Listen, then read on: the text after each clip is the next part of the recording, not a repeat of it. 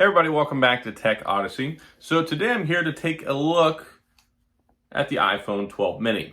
Now I ordered this. It's been driving me crazy for the last 2 weeks since the phone came out because I was very interested in it from the get-go.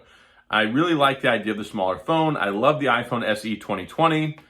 I think that there's not really a whole lot of problem when it comes to the form factor, and having this 5.4-inch screen, no Touch ID fingerprint sensor, it's just like it's a mini version of the big phone. I mean, I've got the iPhone 12 Pro Max here, and the phone is bigger than the box that this comes in. So yeah, it was just absolutely driving me crazy. It's been sitting here all day. My kids have been like, open the phone, open the phone, open the phone. I've got, friends and some comments on people really want to look at it. So there it goes. Whew, that almost fell out of my hand.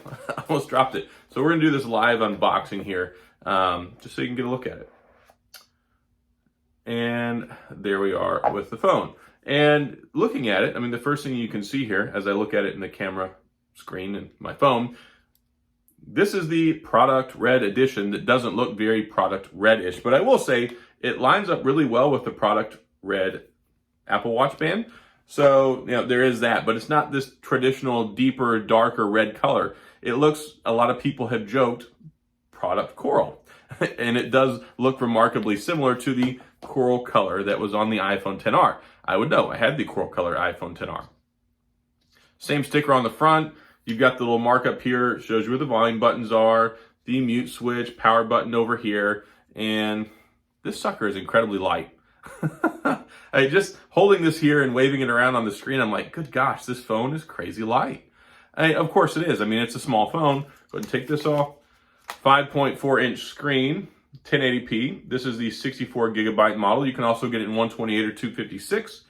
Stereo speakers on here, so you got the speakers on the bottom, and then it also comes, well, the speaker on the bottom. Then it comes out the handset speaker there. Taking a look at the sides there, you can see all the buttons and the switch and everything else that goes along with it. And then we've got the OLED panel here. You can see it's kind of, I'll press the power button. You'll be able to see the Touch ID, the notch, 1080p display. It's got like a 400 something pixel per inch density. So, I mean, you're really going to have a good quality screen resolution on here. It's going to look good, which is a stark contrast from the 820p that you got on the iPhone 8 and the iPhone SE 2020. And there we go. So it has a 2,227 milliamp battery, which is a substantial upgrade over the iPhone SE 2020, which I believe is 1921, if I remember off the top of my head. 1821, 1921. Not a lot. Not a whole lot else in the box either. So, of course, we don't have the charging brick. Then we have the USB-C to Lightning charging cable. So we've got that. And this itty-bitty box with the product red thing in here. And then the ever so popular Apple sticker. So, yeah. That's it with the unboxing part of this video. I will have to set it up and do all that jazz, but I've got the iPhone 12. I mean, I'm recording this on the iPhone 12, and then I've got the iPhone 12 Pro Max. So we'll put these next to each other, and you can see that. It's just ridiculous how small this phone is compared to it. But oh wait, it's got a pop-up with set up my iPhone. So that's pretty cool. I'm gonna hit continue and be able to set up my iPhone on here. So this is really cool. I've never actually done this before. We're gonna do this live. Let's do it. So it's asking me to do the QR code just like you would with your Apple Watch.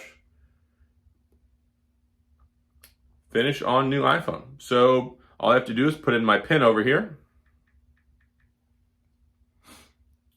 Easy peasy. Setting up your iPhone. So there's not a whole lot to this. I didn't know that it did that. I'm not the Apple guy. I mean, y'all know I like my BlackBerry stuff, and then also I like Android. So this is new to me, but I'm going to get in here, of course, and yeah, it's a really neat phone. I like the novelty of it. I like that it's only 5.4 inches, but at the same time, it's only 5.4 inches. I mean, I'm used to using the 6.7-inch screen over here on the iPhone 12 Pro Max.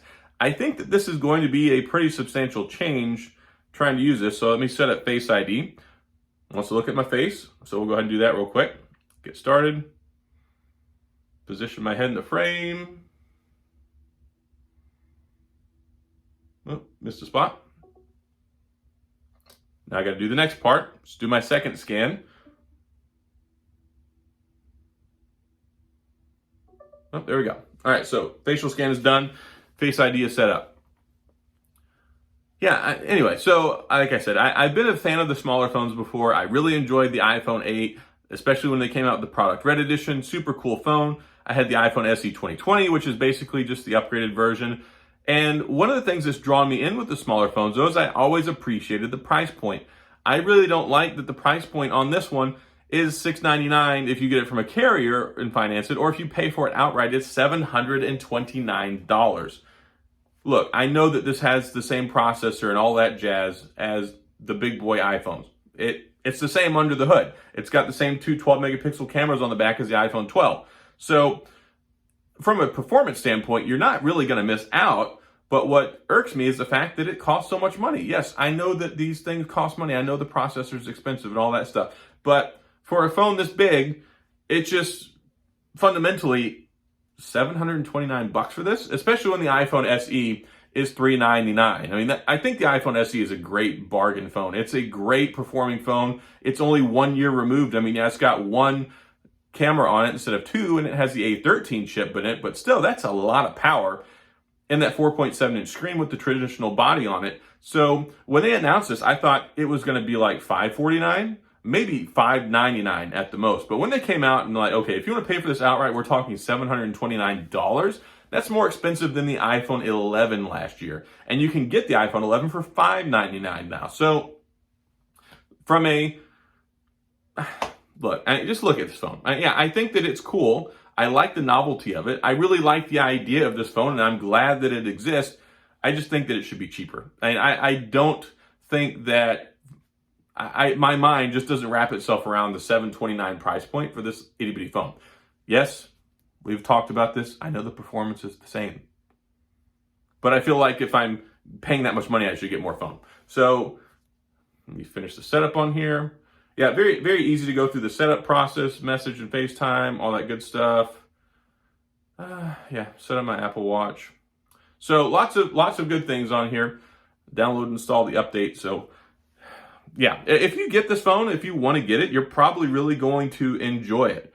And I'm going to test it out. I've got a case on the way from UAG so I can carry it around and not get it scratched up. I got a screen protector on the way.